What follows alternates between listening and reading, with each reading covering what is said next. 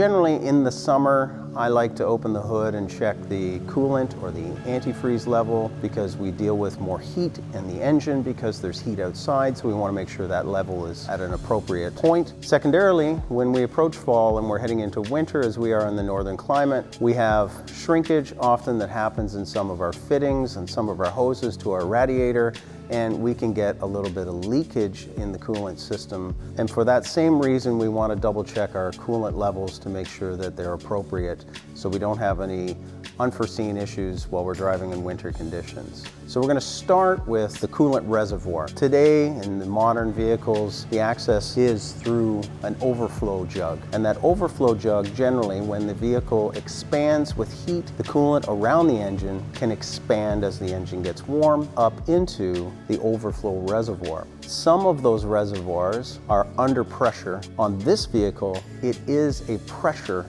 reservoir. This vehicle is cold, so we're going to be okay to open everything here. But if you do have a warm vehicle or a hot vehicle, you need to let it cool down before you touch this pressurized coolant reservoir tank. You take the cap off, and it actually hissed a bit, because even though this vehicle has been sitting cold for hours, it still had a little bit of pressure in it, which is remarkable. When you look at these reservoirs, they generally are two parts. There's a bottom and a top. And you can see a very clear delineation between those two parts as the tank has a seam in it. And along that seam area, you will see usually a fill minimum, fill maximum. Now, understanding that coolant expands, you do not want to have this thing filled up to the top ever.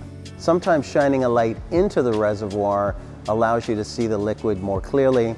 And sometimes these reservoirs, they get orange all the way through, and it's hard to tell where the level is from the outside. So if you have to, just look down in and see how far it is down in. So this reservoir is a little bit low. What we're going to use is a premixed 50-50 coolant. Remember, this is dangerous. It is a chemical. If you spill it, you do need to clean it up properly. Okay, so pro tip. We like to think we can pour right out the front of the jug. The problem is that doesn't allow us to tip the jug very much. So ideally, you've got a funnel and you're putting this in. Now remember, that funnel needs to be perfectly clean. You can't use a dirty oil funnel. And we don't have a perfectly clean funnel. So what we're gonna do is turn our jug sideways. And that allows me to tip quite a bit.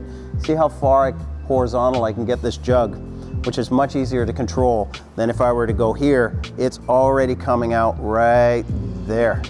And that is very difficult to pour. So I like to bring it down, get it on its side, get as close to the hole as possible. And there we go. It didn't take much to top up, but important to do that. If you ever find this reservoir completely empty, here's my recommendation. Top it up to the max level, start the car, leave the cap off, and let it run for 3 or 4 minutes, not long. And what that'll do is it'll turn on the water pump and cycle that fluid into the radiator. Because if it's dry here, it may in fact be low in your radiator and in your coolant system. And if you drive away, it may take everything out of the reservoir because it needed everything and you're still low. So you run it for 3 or 4 minutes and see if that level goes down. If it does go down, then you top it up, seal it up, shut the vehicle off, and you know you're good.